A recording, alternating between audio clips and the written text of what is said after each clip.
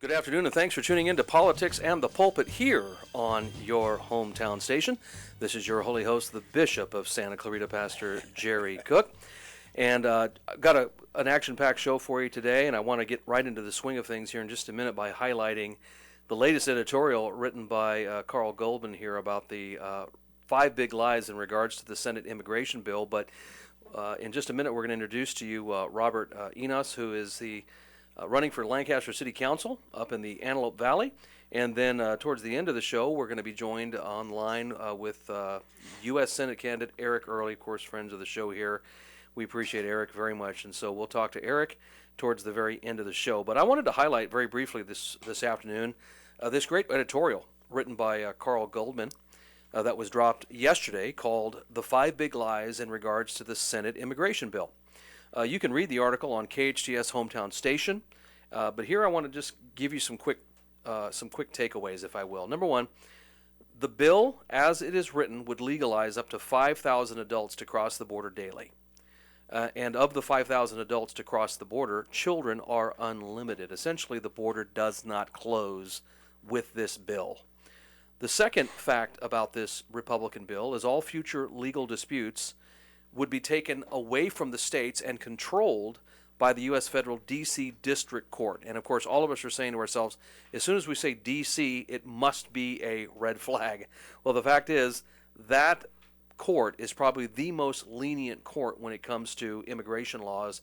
And so people like Governor Greg Abbott and others who are trying to fight for their own borders, that stuff would be taken away from them should this bill become law. The other fact is the bill does call for 3,275 new border agents, which sounds good, but it's just window dressing, folks, just to get you to bite. Fact 4, once if this bill gets passed, it will be extremely difficult to pass a new law tightening policies. In particular, it would be hard for future administrations to tighten immigration laws. It's almost like they are anticipating a switchover in November of 2024 with Mr. Donald J. Trump, who is going to, quote, finish building the wall. So it's almost like the Republicans, especially the squishy Republicans, are they're trying to kind of one up here the possibility of President Trump coming back in. And then the fifth problem with this bill is the Republican-led House actually passed H.R. 2 last May, and frankly that was a much better bill than the one that is currently attempting to get forced down our throats. And unfortunately, H.R. 2 will probably rot on Chuck Schumer's desk. So let's just be honest, folks. Democrats are just not serious about the border, and frankly, a large minority of Republicans couldn't give a flip either.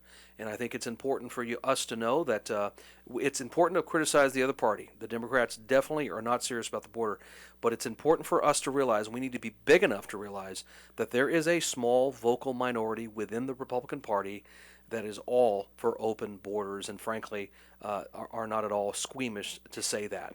Let me also say this.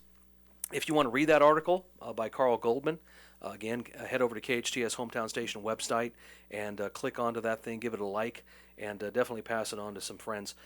In election news, as we're making our segue now, Donald Trump routed Nikki Haley in Michigan last night by north of 40 points. Trump won just about in fact, I think Trump won every district in Michigan. However, the big takeaway from last night was on the Democratic side, where uncommitted took over 100,000 votes away from Biden. That, of course, was because of Rashid Tlaib and these other Democrats who are also Hamas sympathizers, encouraging Democrats to just punish Biden because he seemingly seems to be more pro-Israel than pro-Hamas, but of course some of us know the difference there.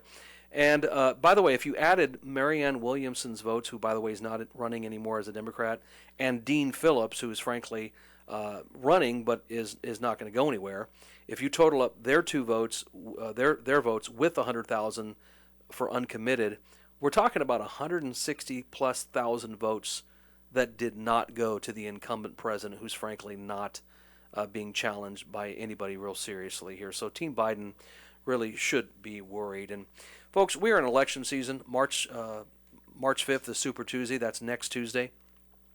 And while we tend to focus on federal elections, and rightfully so, it's the local elections that will have the most impact on our lives day to day.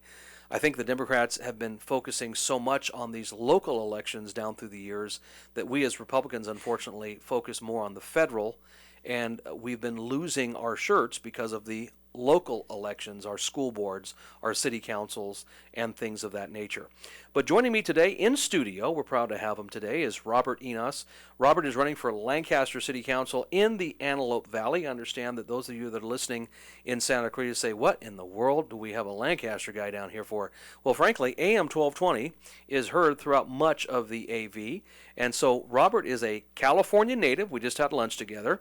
A pastor, a father, a husband, and Lord willing, will be adding councilman to his list of accomplishments. So, Robert, welcome to Politics in the Pulpit today. Thank you, Bishop.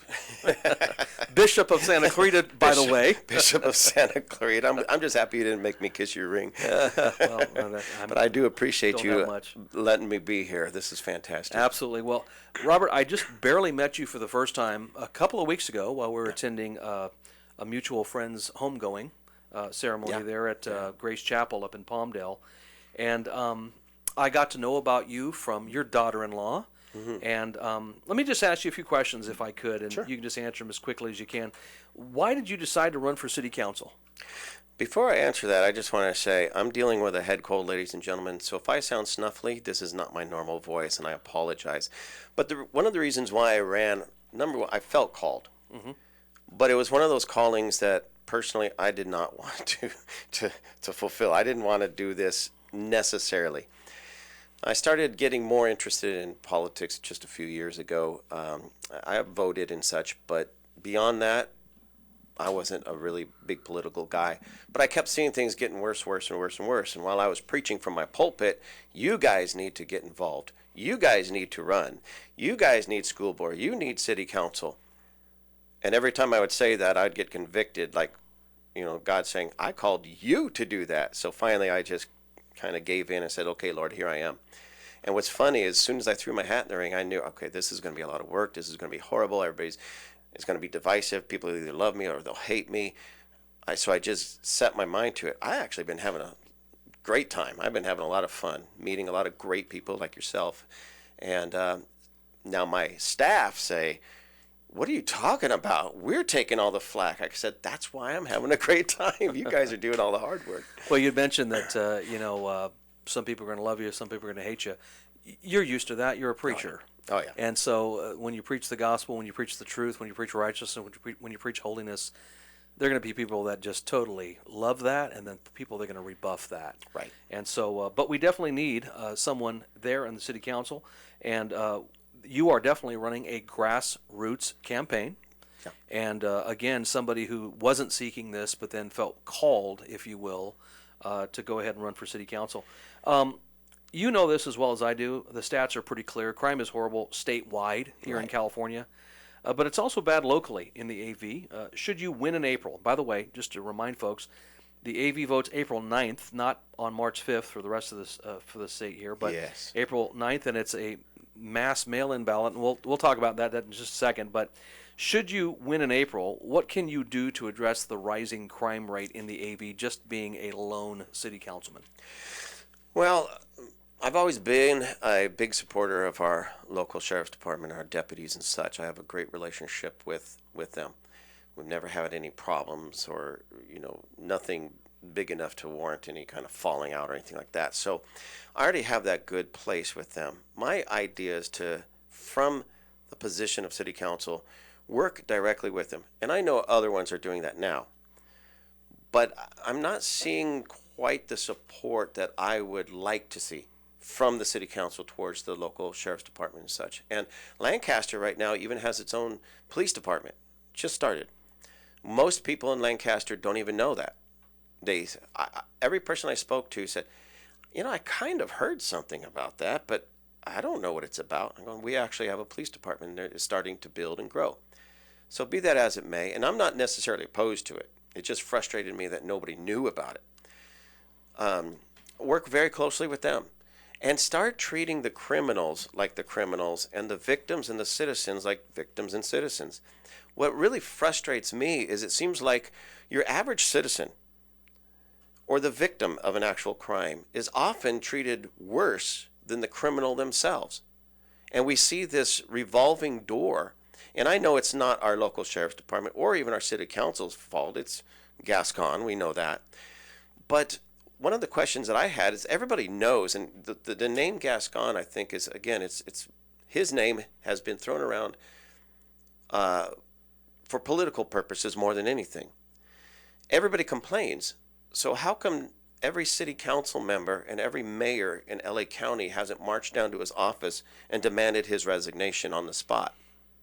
You know, those are the types of things. It's like we can do those real world things. It's going to take some work. It's going to take some time, but let's get that guy out of there. Now, I know he's up for re-election. I hope and pray that he doesn't get in. But if he does, one of the first things I want to do is do my best to convince not just our city council in Lancaster, but Palmdale and every other city, let's go down there and march on that office and say, get out. We're done with you. Our streets are flooding with crime because of you.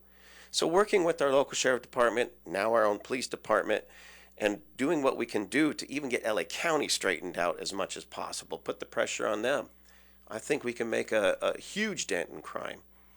Well, that sounds good, Robert, and I really hope that and pray that that can be accomplished. And one of the things we talked about over lunch is because our state is so in bed with the abortion industry here in California. Oh, yeah. You had mentioned that one of the things that you kind of wanted to do is perhaps make the AV kind of a sanctuary city for the unborn. Right.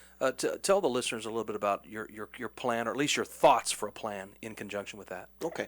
My ultimate plan or idea, or I should say desire, would to make Lancaster a sanctuary city, like you said, for the unborn, a place where having abortions would be completely 100% illegal all the time, and a place where life in the womb was protected.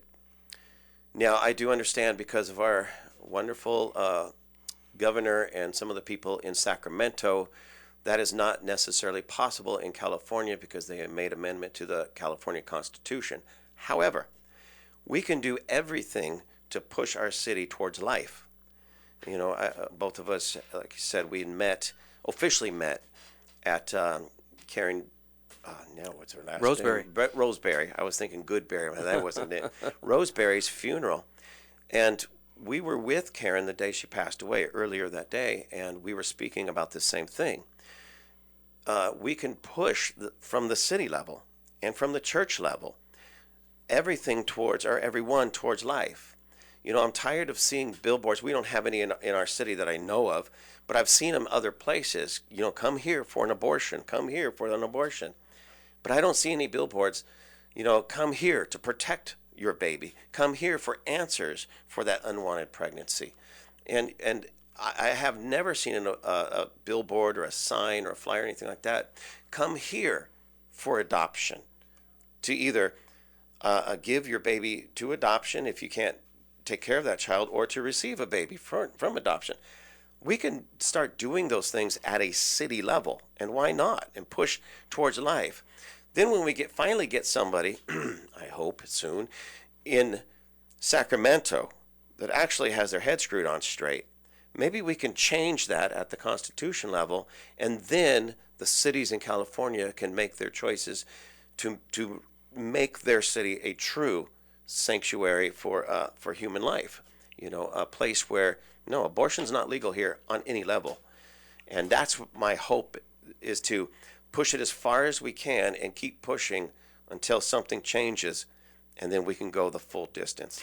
You know, I understand the theory behind that, and I think the only stickler is going to be because we have a state law in our state, therefore the cities can't, we can't bend those state laws. However, all these sanctuary cities that are now kind of regretting being a sanctuary city, especially in better days when they weren't having immigrants bust to them, right, like up in New York and other places, they basically said, hey, we're a sanctuary city for illegal immigrants, and we are going to rebuff federal law, and we're just going to do our own thing. Yes. So, I mean, if the left in their thinking can do that, why can't those on the right do the same exact thing, but do that in a town or a city level? Right. We'll use their own language. The only thing we'll change is from, immigrant to unborn child. Yeah. We'll use their same language, their same tactic.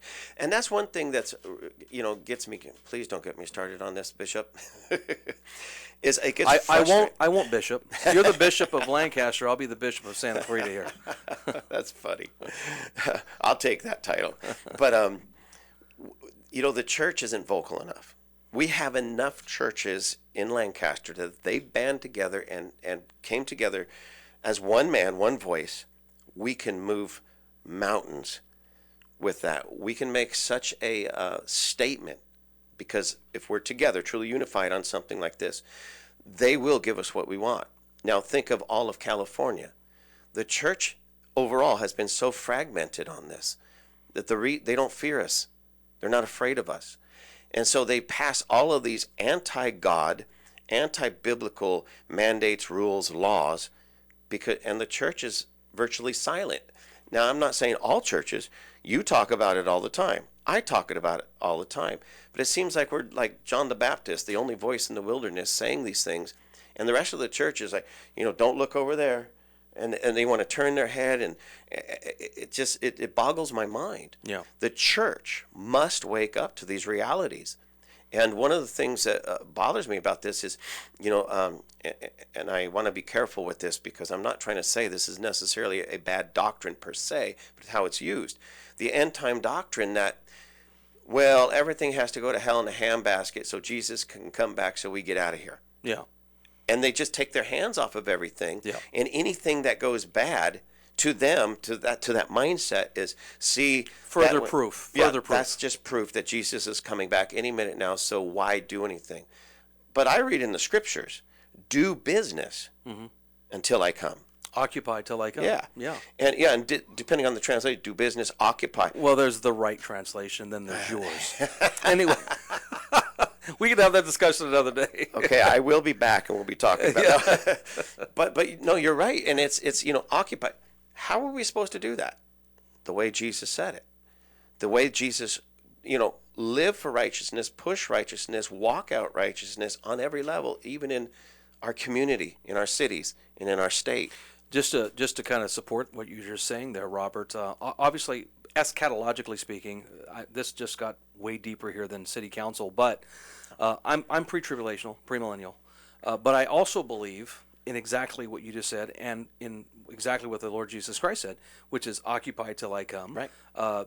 Be busy, do good works, right. Be salt, be light, all those things. I do think that a lot of our brethren within the pre-trib camp have become bunker people, bunker Baptists, if you will, where we've got our preservatives, we've got our fruits, we've got all of our meats, our canned goods, and we're down here in the bunker, and we're going to wait for the zombie apocalypse to be over with, and then the Lord's going to rapture us out of here. And I think you and I have some commonality on that, where we believe that while we're here, we better do something for the kingdom of God and not just sit in a bunker and wait for the Lord to rapture us out of here. When we come back on Politics in the Pulpit, we're going to continue our conversation with Robert Enos, who is running for Lancaster City Council. That election, again, is slated for April 9th. Again, it's not next week Tuesday, folks. It's April 9th. When we come back, we'll talk a little bit about mail-in voting there in Lancaster on Politics in the Pulpit. All right, we're back here on Politics in the Pulpit. This is your hometown station, AM 1220 and 98.1 FM. This is the Bishop of Santa Clarita, Pastor Jerry Cook, your holy host. We are here with Robert Enos with Greater Works Christian Church. That's where he pastors in the Antelope Valley. He's also running for Lancaster City Council.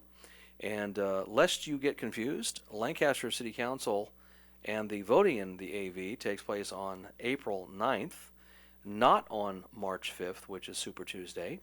And also, Robert, I understand that this election for AV is all mail-in ballots. Yes. Why is that? Well. And Rex is not listening, so go ahead and speak freely. To be honest with you, I can only answer that question from my point of view, because I'm not privy to that information, inside information. But from my point of view, it's convoluted on purpose. We have this election here in March, and just as that begins to wrap up, our ballots are being mailed out. So I'm just looking at this practically from somebody, and it was this present city council mayor that put that into place, that made these rules, so to speak. So I'm assuming, and this is my assumption, that it's to confuse. Because, I mean, think about it. So you just sent in, dropped off, mailed in your first ballot, and now another one shows up in the mail. What is most people going to do with that? Oh, I just did this, and toss it right in the trash. So it keeps voter numbers down, except for the people that know this.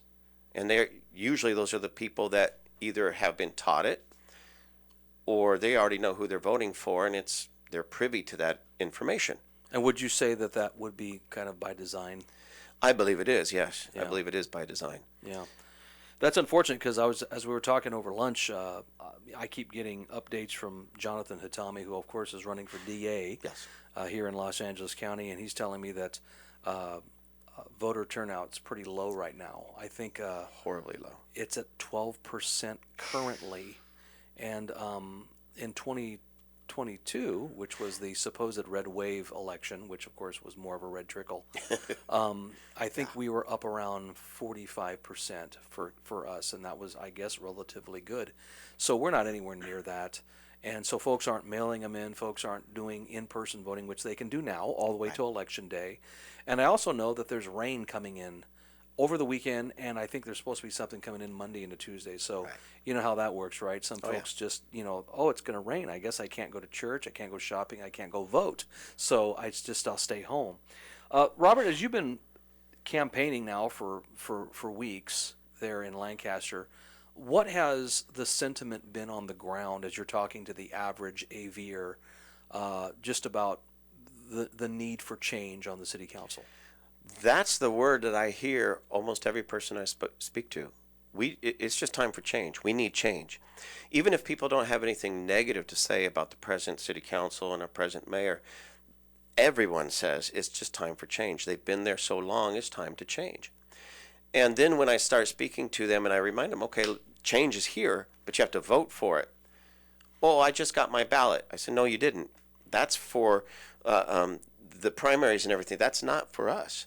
So, well, when's that coming? I said it'll be mailed out March 11th. Mailed out? Yeah, and it's all mail in. It's all mail. I mean, they're confused already. So there's absolutely no in-person voting at all to the lead up. The closest thing to what we would call in-person voting is you could either mail it or come and drop it in a drop box at City Hall, or I believe there's other places like fire stations and such, but I don't even think those have been let out other than City Hall exactly where those are yet. So some people have told me, no, I'm going to drop it off. At least I know it got there. And it's like, okay, I mean, that's fine, but one of the cool things, if you want to call it that, I'm still against it, but is ballot harvesting. Mm-hmm. They made that legal. Yep. Jerry Brown signed it in 2018. Yeah. So there's already plans by not only myself, but other people that are running that they're going to do the ballot harvesting. Be careful, preacher. Yeah, Be exactly. careful. I'm reading this note right here. so, just to make sure that people are not just voting, but get a chance to get their vote in. So, the word on the street is change is needed, and we need it now. They're just frustrated with things going on, and even if they can't put a finger on to why, they just know things can be better. Yeah. Forgive me, folks out there, if you're listening. Robert mentioned that he's got a bit of a head cold, and I've got some sort of tickle thing going on in my throat here. So it is what it is. It's live radio. If you heard that cough, I apologize. But so, Robert, not only are you running for Lancaster City Council, but you also have been, or are, I should say, a pastor. Yes. You have pastored the Greater Works Christian Church there in the Antelope Valley since 2000. Yes. We talked a little bit about some of our commonalities in terms of you being a church planter, I'm a church planter, building after building until finally God opens up the place that you're currently in. Right. Same thing with us. have people responded positively to the fact after they find out that not only you're running for city council, but you're also coming from the Christian worldview? Has that been a positive, or have you had some kickback on that? Most all of it, I'd have to say at least 80%, maybe as high as 90% has been positive. And you just got the few haters, And what do the haters say, Robert? I love when the haters come out. Well, let's see. Because I've got a few fans here too. Just recently, I was called a racist on Facebook. And that totally doesn't mean anything anymore, does it? Yeah, it's lost its meaning. It has. That just means you won an argument with a liberal. Yeah, exactly. So yeah. I actually wear that with pride, not because being a racist should be prideful, but when a liberal calls me a racist, I know I've touched a button that they can't refute. You have dropped a truth bomb over the target. Yes, exactly. And I get cussed out. I get cursed out on it. My church is receiving death threats. People in my church are receiving death threats. I personally have been receiving death threats. So, I'm a little offended. Jerry, I haven't received a death threat. I feel very offended at this. I can help you out on that one. Yeah, evidently. Maybe we should tag team on a sermon or something like that and have it live streamed. It was funny because we were getting these death threats about two years ago, and since then we purchased our new building. We moved in, and then I threw my hat in the ring to run for city council, and then they started up again. So I don't want to treat it as if it's nothing, because apparently somebody has some issues they need to work through. But even the sheriff's department say, you know what, even we get death threats, and it's probably going to amount to nothing, and there's really nothing we can do about it. There's very little that they can follow up on, because it's just these anonymous letters written in such gibberish. It's crazy. Yeah, most leftists can't write anyway.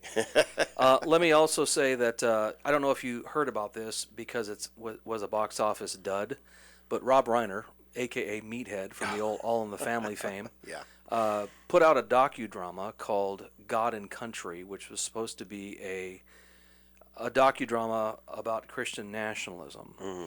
And they were what I would call, forgive the term here, what I would call the woke evangelicals that are on there, like Russell Moore and David French and some of these other very squishy conservative Christians who are basically trying to make this distinction between Christianity and Christian nationalism. Now, as far as I understand, Robert, I'm both a Christian and I'm a nationalist. That is, I love my country. Right. If that makes me a Christian nationalist, then I guess I am. I understand that there are some books that speak of Christian nationalism, and I may disagree and agree with some of the points of some of these books. But I love my country. If I look at the Old Testament, I'm looking at the Israelites loving Jerusalem. Right. And so I don't know of a country that didn't love their own nation, whether it's Babylon or whatever country you're looking at in the Old Testament. So have you had that attack come at you at all? Oh, yeah. Of, you just stay in your lane, which is, Greater Works Christian Church, and you leave the politics up to somebody else? Oh, yeah, absolutely. I mean, I've gotten that, but that argument comes more from people in the church than outside of the church. Isn't that sad? Yeah, it's really sad. Christians don't belong in politics. Pastors don't belong in politics. Just leave that. That's the devil's world. To which I would say, politics and the pulpit. I love the combo. Yeah, I love it. I preach. This has been so difficult for me. This is the difficult part of campaigning. I've tried to keep my campaign out of the pulpit. Mm-hmm. I didn't want it to be self-serving in that sense. So that's difficult. And that's wise, by the way. I just say, that's just, I didn't want it to all be about me. But I preach what people call politics. I call it morality, mm-hmm. for the most part. They call it politics. It's in my pulpit. I talk about it.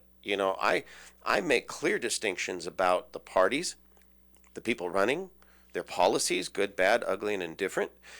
I do my best. So back to the Christian nationalist. Yeah, just recently some guy on Instagram, I think it was, called me a Christian nationalist. And I looked at it, I says, I think I know what that means, but let me look it up. And then I was like, oh, yeah, I am. I love my country, and I am a Christian. And what's funny is they try to equate that with racism and all these other isms.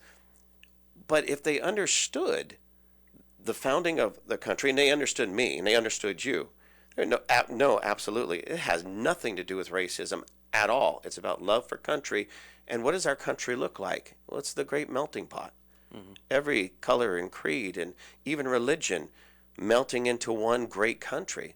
The problem is now the liberals have done such a great job at taking the melting pot and then separating us again, whether it be from our national roots, our religions, Our skin color. financial status, all of that. Now we've been so separated. And then over here, somewhere in the corner, is this thing called Christian nationalism. Well, that used to be practically the whole of United States of America. They loved their country, and they all held to the words of the Bible.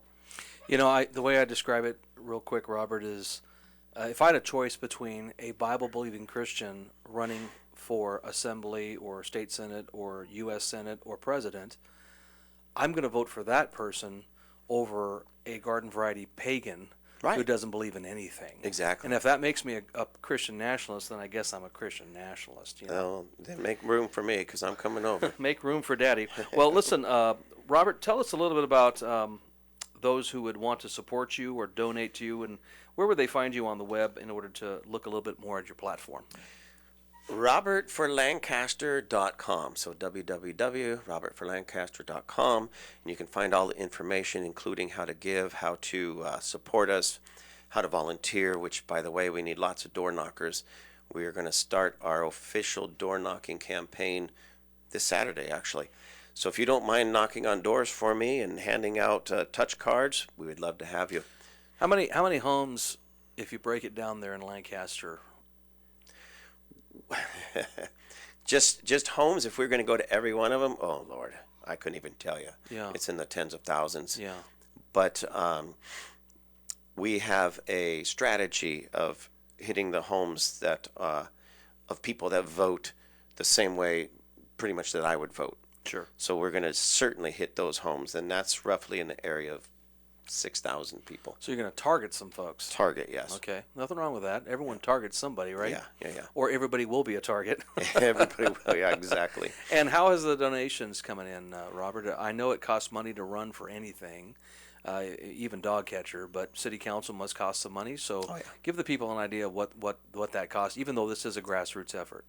That's the beautiful thing about this. We started with literally nothing. And we just threw our hat in the ring, and we started telling people, hey, we're going to do this. We had a few fundraisers, and the funds started coming in. So we're doing all right now. We're doing pretty good. We haven't been lacking in money to be able to do the events that we need to do. And even this morning, my wife tells me, I get up, she checks her phone, she says, hey, our dentist just sent you a contribution. I said, my dentist? You know, and we both laughed because my wife hates the dentist. Is that the guy that gives you your bling in your teeth? Yeah. You know, my name across my grill right there. Good, yes. Be careful there. Be careful there. And who are you running against, by the way? The two incumbents, Ken Mann and Lauren Hughes Leslie. And Ken Mann's been there for many, many years. And Lauren, she's a younger lady, and she was just put in there when the other city council member, Daryl Doris, stepped down. They appointed her to fill his shoes. Yeah. And have you had any kind of dialogue with these folks at all? Oh, yes. I mean, they know that you're running. Yeah. And how's that dialogue gone? I'll tell you a funny story. So we had at our church a neighborhood watch meeting, and they're trying to get the neighborhood watch in the neighborhood of our church. So we said we could use the church. So they came. Ken Mann and Lauren Hughes I didn't know they were coming. They didn't know that was my church, and they show up. So they're there right there in my fellowship hall with about 40 of our neighbors. And we always get along. We shake hands. We're cordial. We don't give any secrets away to each other, but they're actually very nice people. So if somebody says, what do you see wrong with them? It's just the same old, same old. Yeah. It's just, the same thing that's been happening for so many years, and it's just time for change. Yeah. Now, Robert, should you win on April 9th, what is going to be your first priority seated on the council? Oh, my first priority after the victory party is to start putting together the legislation for life. Amen. That's going to be one of my number one top priorities on a personal agenda. You know, that I really want to see take place in our city. One more time, Robert, give us the website and where folks can help you. www.robertforlancaster.com, and you can find all of our information there. But we're also on Facebook, same thing, Robert for Lancaster, and Instagram, Robert for Lancaster. Well, Robert, we are going to be praying that the Lord will open the doors there on April 9th, and hopefully you'll be on the City Council. When we come back here on Politics in the Pulpit, we'll welcome Eric Early, who's running for U.S. Senate, in just a moment here on your hometown station. All right, we're back here for our final segment. We've got a little bit of a longer segment this time because we ended the last segment a little early so we can have a little bit more time with our final guest today. And our final guest is no stranger to Politics in the Pulpit. He, of course, is MAGA Republican Eric Early. Eric, how are you? Great being with you, Jerry. I'm good. Well, we were just talking off air how Katie Porter has been such a blessing to you, and running tons of commercials, just talking about how you are MAGA Republican. And I keep saying to myself, does she realize that there are plenty of us out there that actually like that? You know, it's remarkable what's going on. You know, she's saying I'm too MAGA, I love the Second Amendment, and I'm too pro-life, and so therefore I'm dangerous for California. And I don't know what she realizes or not, but I have to agree with those statements because those are my positions. And you know what's funny is your friend Adam Shifty Shift is also saying with his commercials that well, he actually says it about Garvey as well, that you know, we're too conservative for California. And I'm thinking to myself, well, what does that do to the common? What does that say to the common man who voted for Donald Trump, who is going to vote for Donald Trump, and actually does like the phrase that Ronald Reagan and Bill Clinton both used, "Make America Great Again"?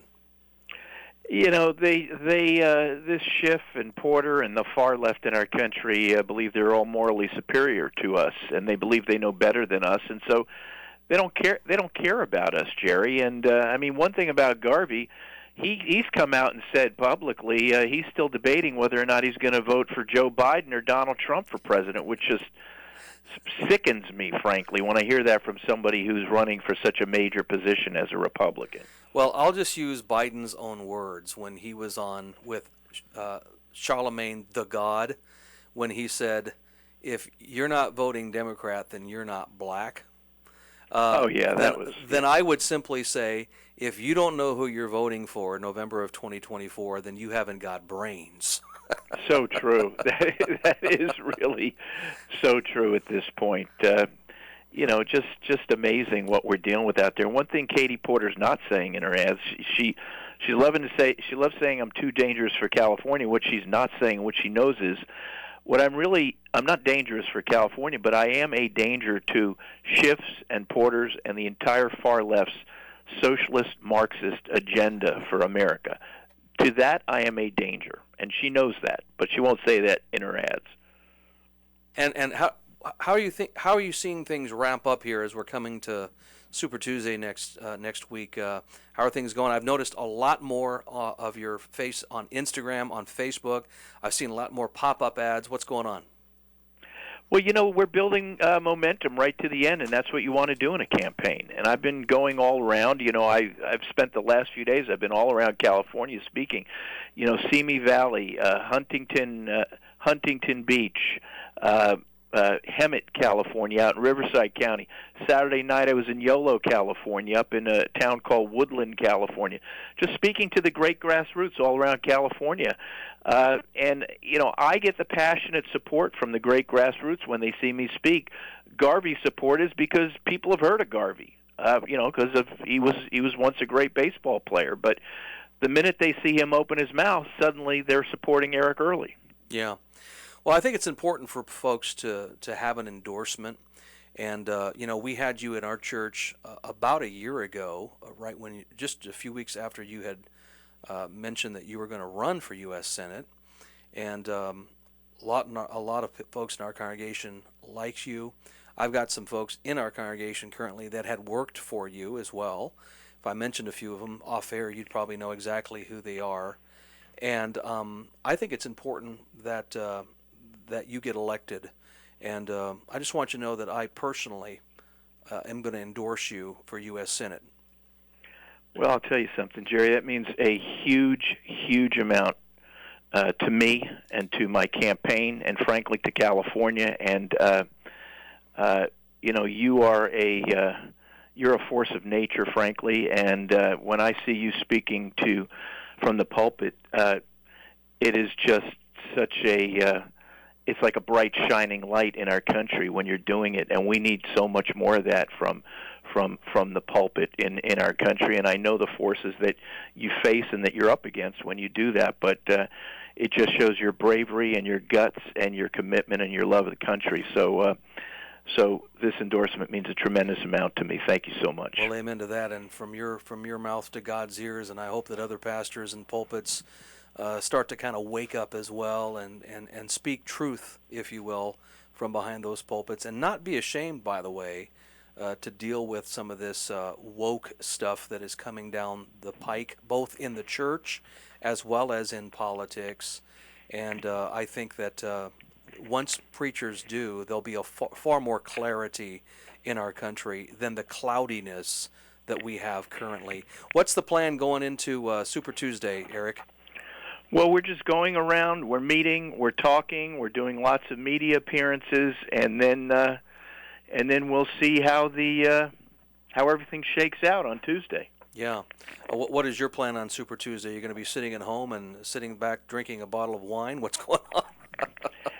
Well, right now, my wife and I have been talking a lot about it. We've been wondering if we want to have a bunch of people over to watch with us, or we're wondering if we just want to sit there, just the two of us, have some wine, watch the votes as they come in. So we're still a bit up in the air, but that's what we're debating.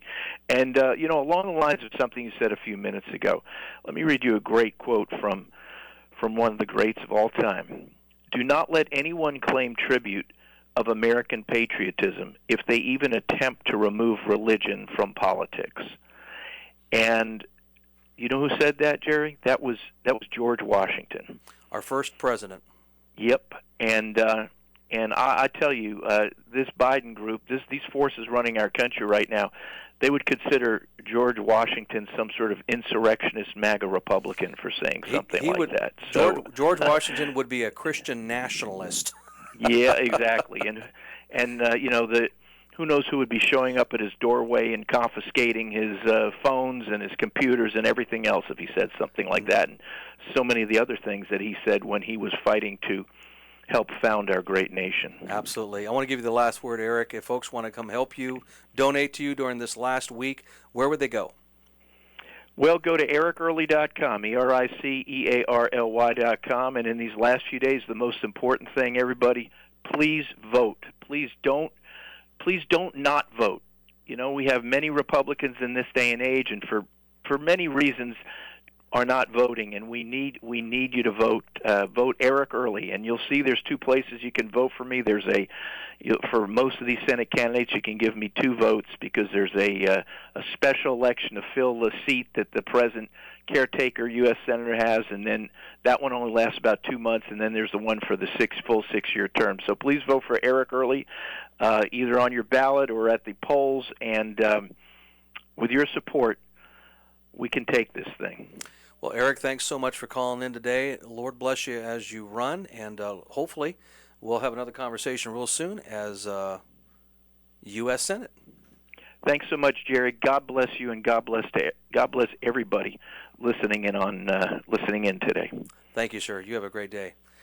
That was Eric Early running for U.S. Senate. We just had Robert Enos, who's also running for Lancaster City Council. Things are getting really ramped up around here, folks, as we approach Super Tuesday next week. Unfortunately, we have a low voter turnout, so I'd encourage you, get out there and vote. Get a plan. I understand the weather is going to be a little interesting next Monday and Tuesday, so if you're planning on voting in person, please do it. I don't care if it's raining here in Southern California. Get out and vote. You have no excuse if you do not vote. If you can't get enough of Pastor Jerry Cook, every Sunday at 8 a.m. right here on KHTS, the Faith and Freedom Hour airs for 1 hour, where you get to hear a nice cut-up and abridged sermon by me. Or you can come and see me live at Freedom's Way Baptist Church. Check us out at freedomswaybaptistchurch.org and come to any one of our services. Get out there and vote. Super Tuesdays next week. Lord bless you. We'll see you next time here on your hometown station.